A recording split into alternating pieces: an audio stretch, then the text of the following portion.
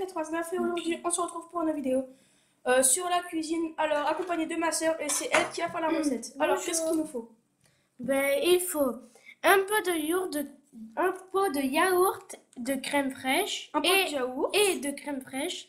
De la crème fraîche. Ça dépend, il peut avoir des petits pots. 2 pots de sucre. Non, c'est du sucre. Le sucre quoi. Ouais, voilà, du sucre quoi. En poudre. 3 pots de farine. De la farine. Voilà.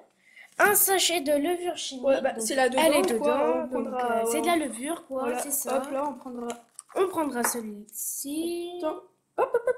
Voilà. Celui-ci. Voilà. Et après.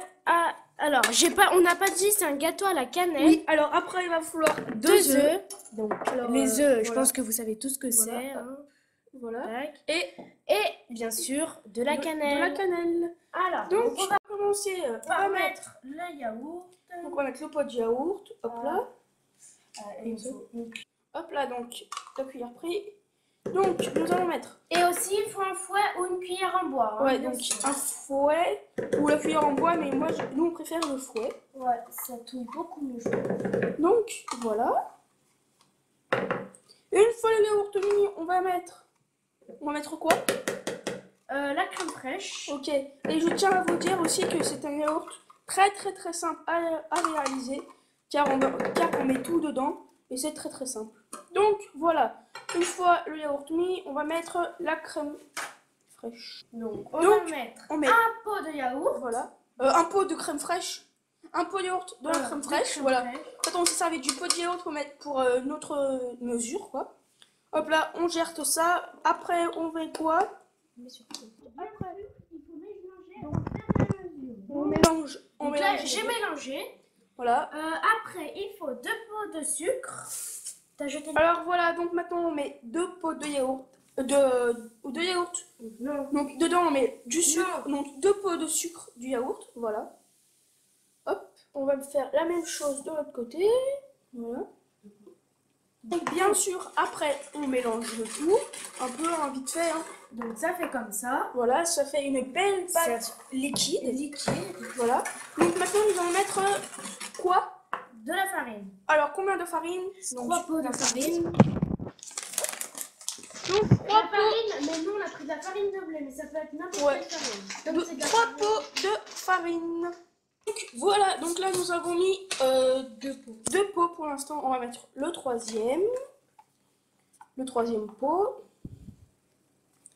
Donc là la farine, faut pas hésiter. Je vais mélanger. Ouais, mélange un petit peu là au deuxième pot. On commence un peu à mélanger pour éviter les grumeaux. Voilà. Je te mets le troisième. Ouais. C'est dur. Hop là, donc tout un coup.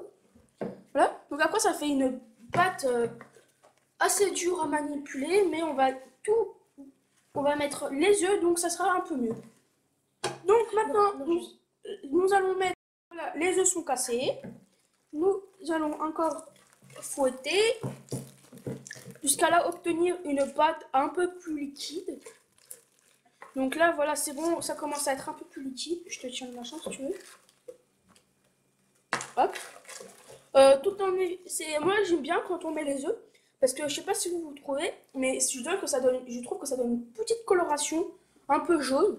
Ouais, bof, hein, ça dépend quel œuf.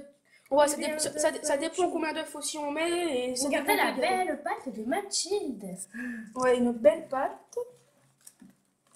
Alors, après, nous allons mettre la cannelle. Ou avant le sucre, je crois. Ou la levure.